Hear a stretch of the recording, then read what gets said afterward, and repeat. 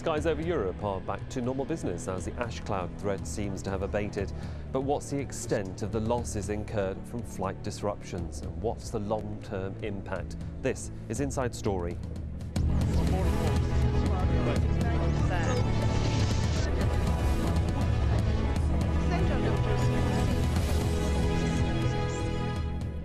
Hello, I'm Sahil Ram and welcome to the programme. Europe's skies finally open for business. Over 95,000 flights grounded and 8 million passengers stranded across the world can now get to their destinations. Flights over European airspace were disrupted last Thursday due to ash clouds after a volcano in southern Iceland erupted. And now, as the skies clear up, flights are taking off, leaving the airline industry with two main challenges. Well, first, they need to clear the backlog of stranded passengers. And secondly, they need to deal with the massive losses that they've incurred due to the temporary shutdown. IATA, that's the International Air Transport Association, has estimated that the volcano crisis economic impact on airlines is greater than the 2001 September the 11th attacks. The September the 11th attacks had triggered a loss of confidence in air travel that was not present today, but predicted that recovery from the current crisis would be quicker. Now, let's just break it down. British Airways said it was losing as much as $30 million per day, while Air France KLM estimated their losses at $47 million. Italy's struggling Alitalia estimated daily losses of anywhere between $7 to $13 million. And Scandinavia's SAS said it was losing up to $12.5 million a day. And the world's biggest airline, America's Delta, announced it had lost about $20 million in total. Well, joining me to talk about this more in Washington, Steve Lott, head of the International Air Transport Authority's Corporate Communications for North America. In Dubai, Nabil Sultan, Senior Vice President for Commercial Operations at Emirates Airlines. And in London, we have Howard Wheeldon, a Senior Strategist at BGC Partners. Gentlemen, thank you very much for joining us on this edition of Inside Story. Howard Wheeldon, can I begin with you in London? As the skies do seem to be opening, the focus is now on several fronts. One is that economic fallout that I just mentioned, and analysts comparing it to 9/11. From your experience, we all remember where we were during 9/11. Is that an accurate assessment? I would perhaps, although I'm not wishing to deteriorate from the seriousness of the situation, I wouldn't compare the two. The one came as a very sudden shock. It created a very different kind of fear to the fear we've seen over the last few days. And indeed, in a sense, it was far more likely to be long-lasting in 2001. In other words, it had a detrimental effect on the number of people who wanted to fly for many months, let alone in the initial days, than I think we will see this time. This time round, we could be back to normal within days. Steve Lott, how do you assess that from your area of the world? Because it hasn't quite physically impacted over North America, that the cloud of dust hasn't reached you, but of course the impact of it just existing where it is over the Atlantic has in fact affected flights coming to and from North America. No, absolutely. You're quite right, and Howard's quite right as well. The transatlantic routes are some of the busiest routes in the world. In fact, the New York to London route in particular is a key business travel market for many airlines.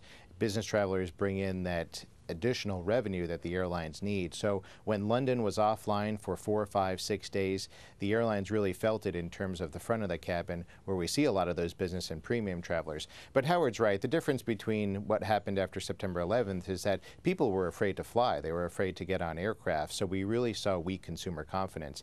This time around, and we're keeping fingers crossed, is that the consumer confidence is still there. In fact, we see pent-up demand. So we see that passengers are going to come back to flights very quickly, we hope.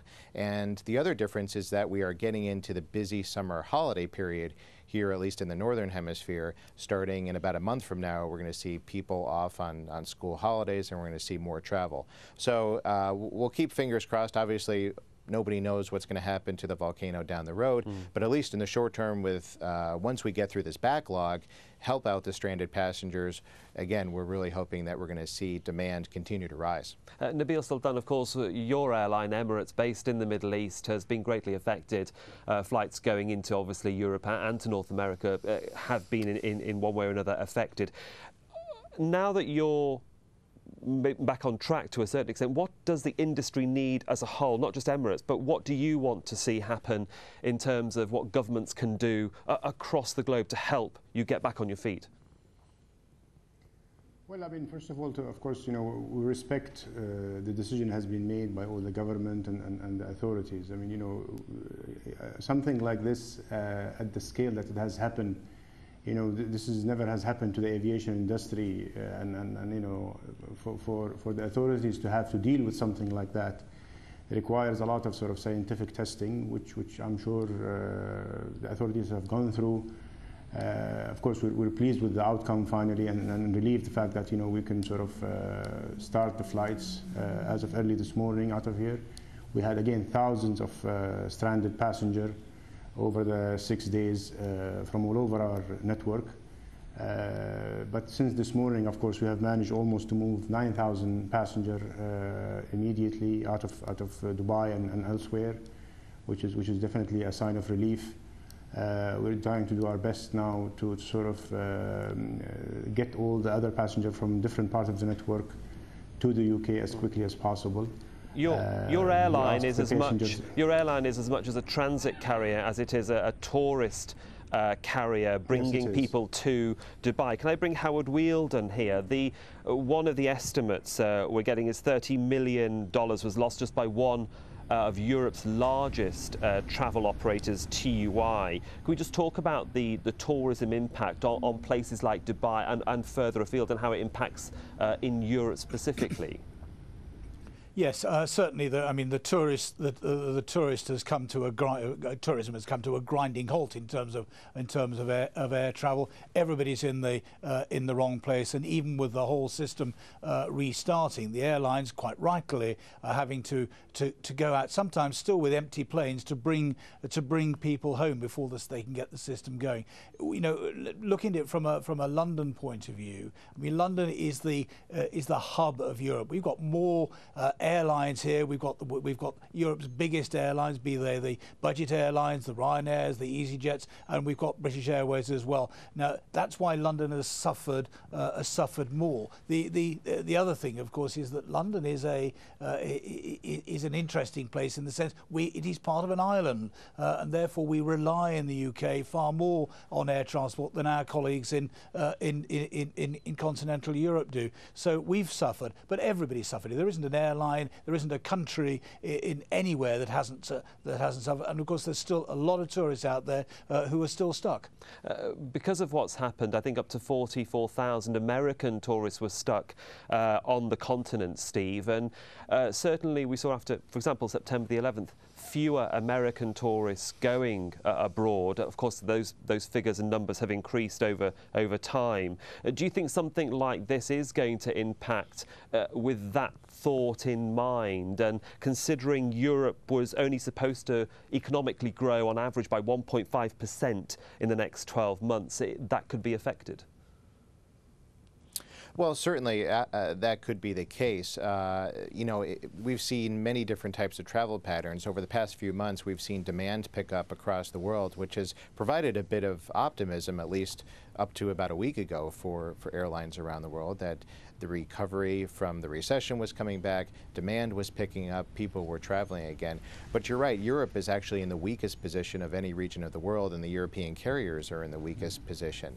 Our prediction, at least our forecast that we issued a month ago, was that European carriers were going to lose over $2 billion this year, which is the worst region of any place in the world. Now, certainly 6 days of grounded flights is not going to help that recovery. It could certainly slow that recovery. But our hope is that, again, there's pent-up demand, people want to fly. I'm sure there will be some hesitation among travelers here in the United States or elsewhere who may not book right away because they're going to keep an eye on that volcano. But again, our hope is that we're moving into a busy travel season, and those planes will continue to fill up. Well, there has been a war of words from your chief executive. We would just pause there for a moment from yourself, Steve. I just want to bring the viewers up to speed, because IATA blames governments for the losses that have been incurred. This is what's been said. And we were quite dissatisfied with the process that brought us there and the speed that it took the governments to come to what they agreed yesterday. The fact that you have an enormous amount of dislocation in the European economy, airlines losing $200 million a day in lost revenues alone. And it takes the European transport ministers 5 days before they can organize a teleconference to come to such decisions is clearly unacceptable. So we have a long-term issue that going forward we need to find a better way for decision making. Howard Wheeldon, better communication between governments and airlines and those that control the skies. What needs to be done? I think, yes, we've learned a lot from this unprecedented event. I think for the first thing we've learnt, just leave governments aside for a moment, is that the business of controlling the skies of Europe remains in the individual hands of various bodies across Europe. There's not one body that constitutes an overall authority. At the moment, each government works with their own individual authority. They can only take advice. Now, we have a situation here which was unprecedented, but I think you're absolutely right in your inference. The communication was extremely poor. They didn't get together. They weren't seen to be getting together. They weren't seen to be reacting proactively to getting around the problem. And of course, the bottom line is they didn't actually, between them, understand what this dust actually meant. In other words, some people, as we found on Sunday night when certain airlines did some test flights, the damage wasn't that bad. Somebody should have thought of this, I think, a long time ago. We've been working on rules that go back to 1982, following the British Airways incident. Nobody's done anything since. That seems amazing in this day and age. We'll come back to that part of the questioning about how you can all better communicate later on in the programme, because Nabil Sultana, on the back of what Howard's just said, from your position as part of Emirates Airlines, can you just give us an idea of what the communication has been like with the aviation authorities in Europe? How have they been dealing with you as a Middle East airline, trying to get your planes into Europe, for example? Well, I mean, you know, we were in constant touch, of course. Our operation was constant touch with the different authorities there, airports, and quite frankly, I mean, you know, they were pretty receptive in terms of sort of getting the information to us. Of course, there were different sets of information that we were seeing in terms of the clouds and the size of that clouds, and then the analysis of the thickness of the cloud. So all of that information was sort of coming to us scattered, if I may say, and of course there was a lot of uncertainty, and I guess that is due to the fact that, you know, they were dealing with something that was unprecedented before. So yes, there was a level of uncertainty, and there is certain aerospace that was opening up and then closing within an hour. So, you know, you almost like deploy an aircraft, and then before you know it, you have to sort of divert to another station. So there was I think a little bit of lack of sort of communication, maybe, and an understanding. Or of course, I've been having one source of data that goes out to all the airlines, so there's clarity in terms of, you know, what the forecast looks like. Sure, clarity, Steve Scott, is something that perhaps is what was being demanded certainly by the airline CEOs. Willie Walsh fuming. He's the chief executive for British Airways. The Secretary General of the UN International Civil Aviation Organization, Robert Gonzalez, said that a meeting will be convened with aircraft manufacturers and airlines to set standards of what engines can sustain, and most probably the protocols around events like this. Is it fine words, but just a bit too late? Well, agreed. I think part of the problem is, and I think it comes to a surprise to many, is that there are no standards right now for ash concentration or particle size, or even, as you said, protocols for multiple governments working together on who decides if airspace is open or closed. On the airspace issue, part of the problem we saw in Europe is that we saw individual governments, individual regulators, and individual air traffic control authorities really making their own decisions. So we had this patchwork, as my colleague in Dubai said, we had this patchwork of governments opening and closing airports almost on an hourly basis, and it was very frustrating for the airlines. So what we were looking for is somebody, whether it's Eurocontrol or somebody in Brussels, to take the leadership role to coordinate all this. In terms of the ash clouds, you're right, it's not a perfect science.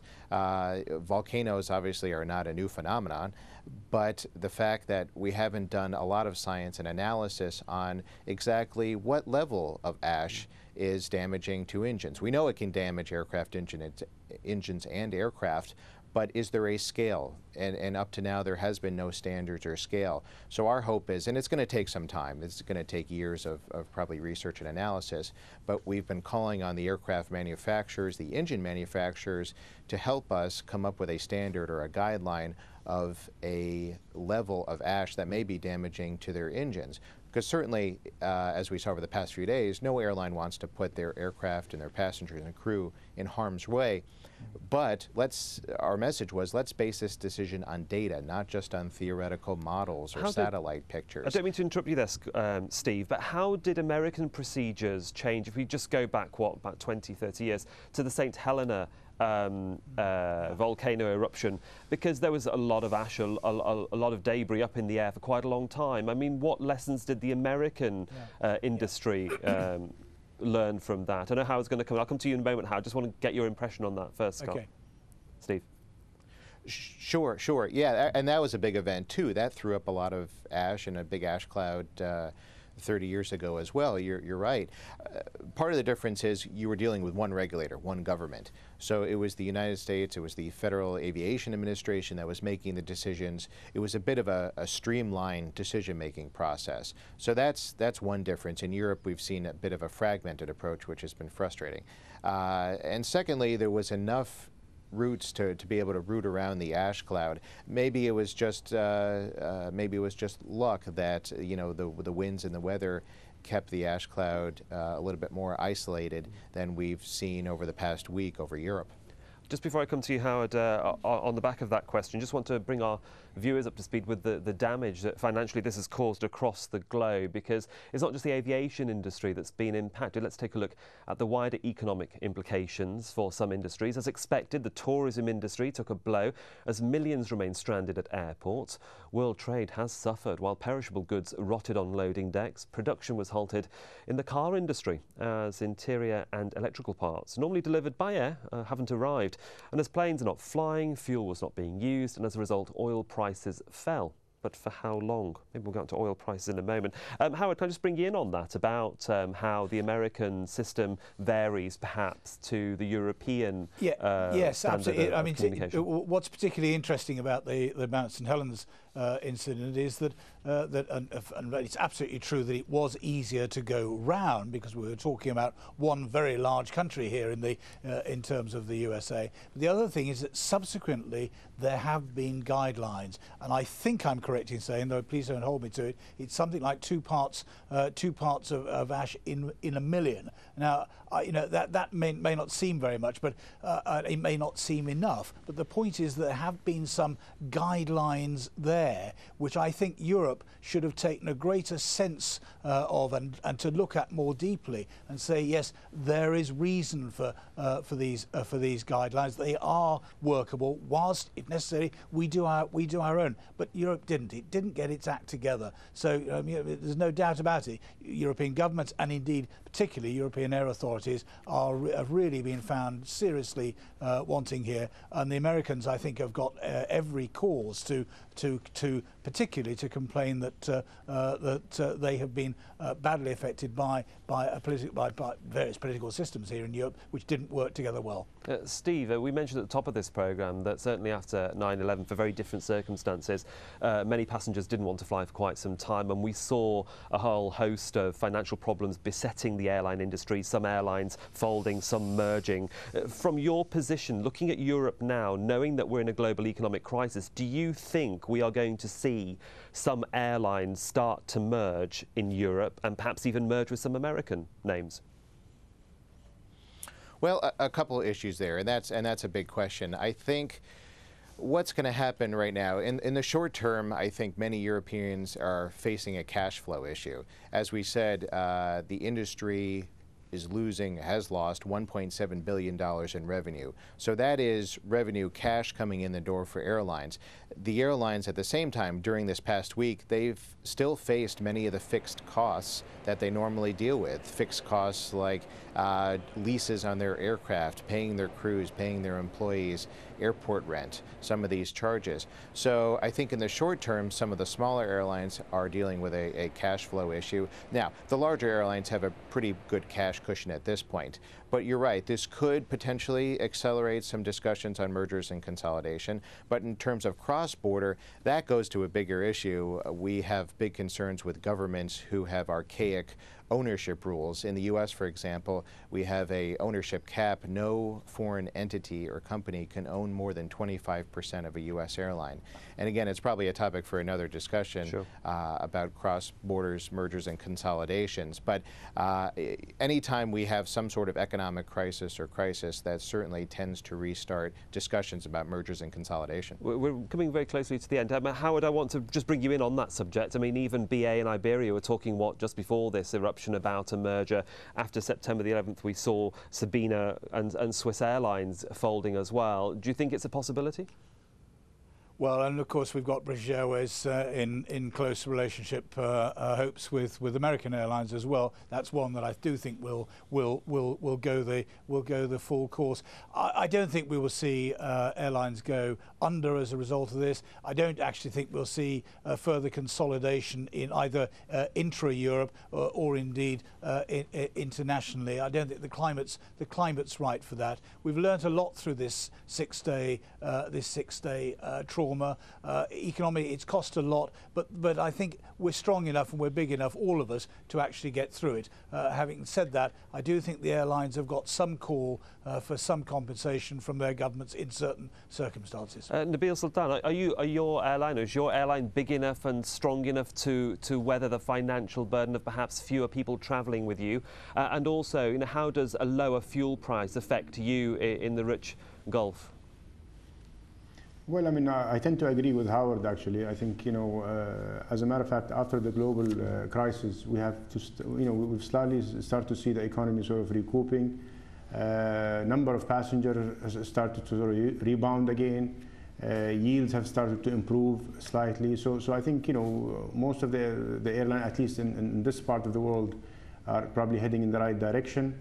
Yes, I think we're strong enough to sort of sustain our plans, our growth, and quite frankly, I mean, the fact that we are based in an oil sort of country does not mean we're immune from the different fluctuation in fuel prices. We are just charged like any other airlines. In a nutshell, actually, we should be in a good position. Mm-hmm. To sort of sustain the existing scenario and continue to grow. Well, we shall see how that does proceed in the coming weeks and what does happen in the European and global airline industry. To all of my guests in Washington, D.C., in Dubai and in London, thank you very much for joining me on this edition of Inside Story. And thank you very much for joining us as well on the programme. We do welcome your comments and suggestions. Please do email them to us at insidestory@aljazeera.net. I'm Sahil Rahman. You've been watching Inside Story. Thanks for your time and your company.